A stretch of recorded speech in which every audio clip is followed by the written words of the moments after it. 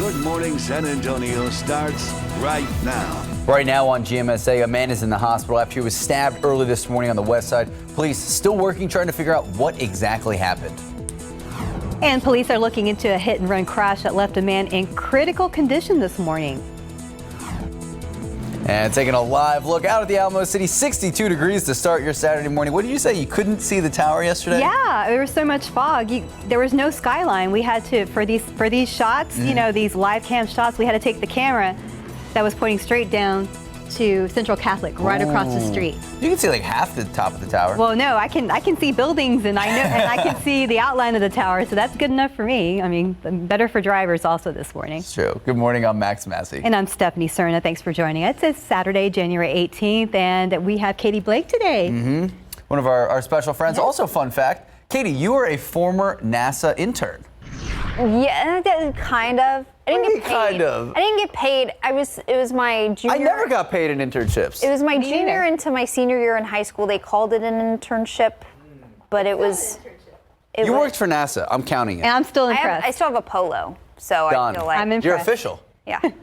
It was awesome. Yeah, it's messy out there this morning. Still cloudy. We've got some light rain, drizzle, and plenty of fog. Visibility doesn't look too bad from our view here on live cam, but taking a look around elsewhere, South Texas, we've had visibility down to around a quarter of a mile at times, especially up in the hill country. And visibility is still down, so some fog will be possible for the next couple of hours. Look at New Braunfels. You're down to a quarter of a mile there. Here in San Antonio, 3 miles. So okay. But next couple of hours, some fog will be possible. It will also be cloudy with some light rain showers possible for a couple more hours, but the front that we've been talking about this week that's going to really clear everything out, it is on our doorstep. It has moved through the hill country and will be moving through San Antonio within the next hour or two. And this is really going to change up our weather. Even by this evening and tonight, skies will be clearing out, no more rain. Things will be getting very cool this evening, and it's going to stay breezy. North-northeast winds 10 to 20 miles per hour as our temperatures fall through the 60s into the 50s and even the upper 40s. So if you have plans this evening, you will want a jacket, maybe even a coat. We'll talk more about what the rest of the day looks like, and of course, we'll take a look at your full planning forecast coming up very shortly. Max. Thank you, Katie. New this morning, police trying to piece together the details that led to a stabbing on the west side. Police responding to the 1900 block of Potosi Street. They say the victim got into a fight with another person. That's when that man was stabbed. He was able to make it home. That's when he called police around 12:30 this morning. Police telling us that the cutting happened at a different location. Right now, they're still looking for the suspects. The victim taken to the hospital. Investigators still trying to figure out what exactly happened and why it happened. Police are also looking for the driver responsible for hitting a man while he was walking across Fredericksburg Road. Now, the hit-and-run crash happened around 1:15 in the morning. Police say the driver did not stop to help the man after the crash. The victim's body was found on the street by another driver passing by. Now, the victim was taken to a nearby hospital and is in serious condition. And happening this weekend, big weekend for the Alamo City. The Alamo Dome hosting a weekend full of adrenaline-charged family entertainment, this year's Monster Jam event. And some of the most recognizable monster trucks in the world have made their way to San Antonio to race and show off their skills. Have you ever been to a Monster Jam event? No, only seen it on TV. It's intense. So Alicia Rivera live at the Alamo Dome right now. Sneak peek at the preparations. How's it looking out there, Alicia? Hey, well, let me tell you, first of all, I've actually never been to one of these events, so I'm in the same boat as Stephanie, and I didn't even prepare well. I knew I was coming here. This was planned, but I didn't even bring the right shoes. You know I'm all about the shoes, so fortunately, maybe next time I'll prep better. But we have the expert here, the host, Keith. Good morning. How are you today? Good morning. Ready to go. Second time in San Antonio here for Monster Jam. So we're expecting a good crowd this weekend. How many Monster Jam trucks are going to be here this weekend? We have 14 world-class driver athletes and their Monster Jam trucks here to compete in 3 competitions tonight. And then there's going to be a lot of tricks, gravity defying. Oh, tell us about that.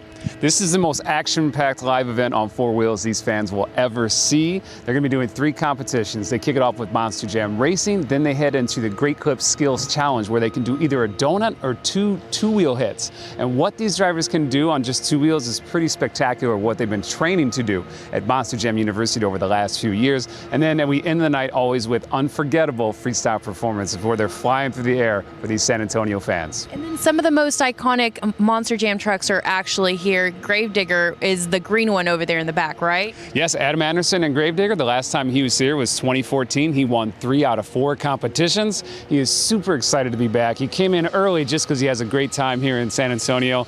Adam Anderson and Gravedigger competing, but we have 7 of these drivers have won events here, and we have 11 San Antonio championships. So all of them want to win. They know San Antonio and Alabama have a huge crowd. They all are ready to compete tonight. Awesome. Well, thank you so much, Keith. And we'll be sticking around here all morning long. Later on at 8:30, you can expect to find out more about what exactly is happening today, because fans will have a chance to meet and greet and actually be able to step foot down there, right? Absolutely. The pit party starts at 2:30. Tickets start for that at just $15. Show starts at 7, and that also tickets are at $15 starting. Just get your tickets at monsterjam.com. You want to come out and see these Monster Jam trucks fly through the air. Awesome. Thank you so much. So $15 for all the adrenaline. Sounds like a good time. Max, Steph, back to you.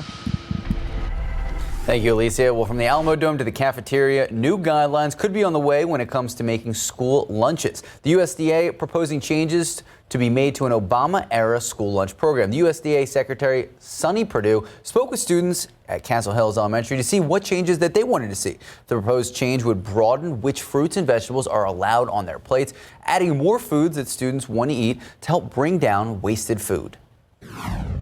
What we were having happen with the sodium requirements and the 100% the whole grain requirements were the palatability of the meals had caused a serious reduction in kids using them, either taking them or throwing them away and wasting in the trash can. The USDA also looking to make changes to SNAP benefits, but Secretary Perdue says that it will not affect students' eligibility for free or reduced lunches. And every San Antonio resident has a representative on the city council, but it may be difficult for those representatives to reach out to you to get your opinion on how you want to see the city move forward. That's why District 8 Councilman Manny Plias wants to change the way campaign contributions are handled here in the Alamo City. Right now, he says the limit is much lower than it should be for the size of our city. He says that county court judges who deal with misdemeanors, small cases in the city, get to talk to more San Antonians than they do. That's because they have a higher limit to spend on campaigns. We have to make a difficult decision about how to allot those very limited campaign resources. I don't think that's the democracy people want to live in. I think that the democracy people want is one where candidates speak to everybody. But right now, with these very, very low limits, we're not allowed to do that. Now you can hear more of my conversation with Councilman Plias tomorrow morning on GMSA. I ask him a lot. We talk about things like gun violence, domestic violence, transportation, and infrastructure here in the Alamo City. And we ask viewers to send in their questions.